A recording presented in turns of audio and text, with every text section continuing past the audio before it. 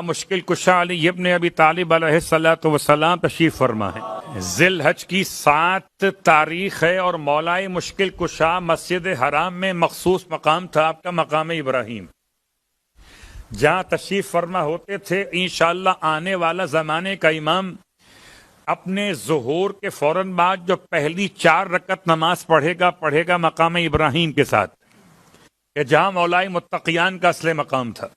مولا تشریف فرما تھے اور آپ کے ساتھ جنت کے جوانوں کے دونوں سردار موجود تھے، یعنی کہ حسنین بھی موجود تھے۔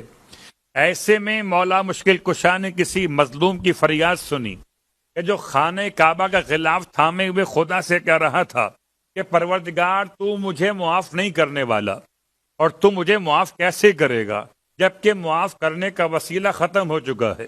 مولا مشکل کشا نے اس کی فریاد سنی اور اپنے فرزندوں کو روانہ کیا، جاؤ جا کے اسے بلا کے لے کر آؤ۔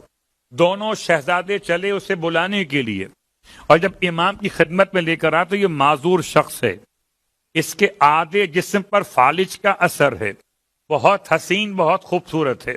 امام کی خدمت میں لایا گیا اور امام سوال کرتے ہیں بتاؤ مسئلہ کیا ہے؟ کہتا ہے اگر آپ حجت خدا ہیں تو سوال مت کیجئے، آپ جانتے ہیں کہ مسئلہ کیا ہے، لیکن امام چاہتے ہیں میں تم سے پوچھنا چاہتا ہوں۔ غالباً امام اس لیے پوچھنا چاہتے تھے تاکہ ہر ایک کو علم ہو جائے کہ اگر کوئی ایسا مریض ہو تو شفا کیسے ملتی ہے۔ اس لیے امام نے مرض کا سوال کیا۔ وہ کہتا ہے یا علی، میں اپنے والد کی خدمت میں بہت زیادہ نافرمانی کیا کرتا تھا، میرا والد مجھ سے پریشان و عاجز، اور میں اپنے والد کی کمائی پر بہت زیادہ عیاشی کیا کرتا تھا۔ ابا کماتے ہیں، ابا تو ہوتے ہیں ATM، بس پیسے نکالو اور خرچ کرو۔ ابا سے بار بار پیسے مانگتا تھا، ابا پریشان ہو گئے کہ کتنا ضائع کرتا ہے، برباد کرتا ہے۔